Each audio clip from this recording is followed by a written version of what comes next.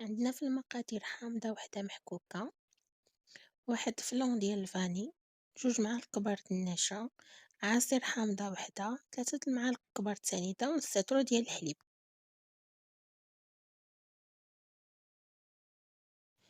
غنبداو نخلطو المكونات ديالنا.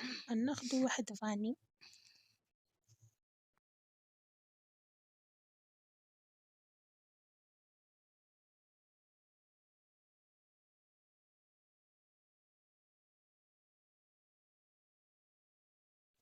غنتبعوه 3 المعالق كبار ديال سنيدة،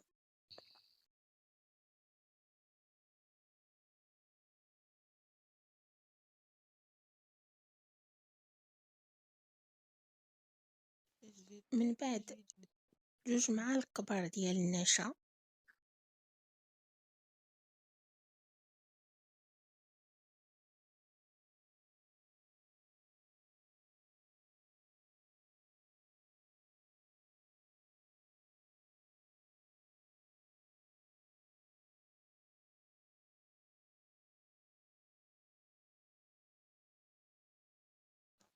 وكنتبعوه قشور ديال حامضة وحدة محكوكة.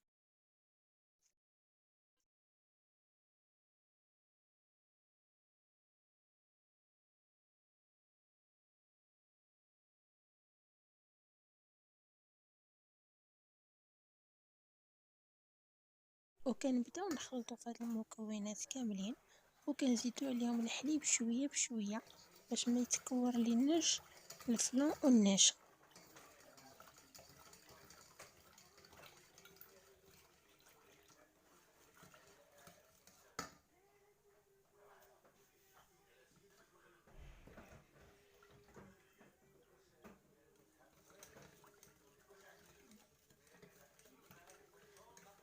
من بعد ما خلطنا هاد المكونات غادي نديروهم فوق عافية مايلة، وغنبقاو نحركوهم باش ما يتلصق ليناش الخليط.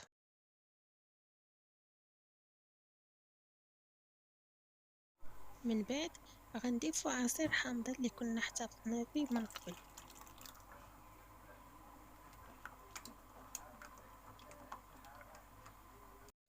وكما كتشوفوا منين كيتقل لينا الخليط غادي نصبوه في الكيسان، وغادي نذوقوه بالطريقة اللي حنا بغينا، ونديروه في الثلاجة يبرد على الأقل ساعة.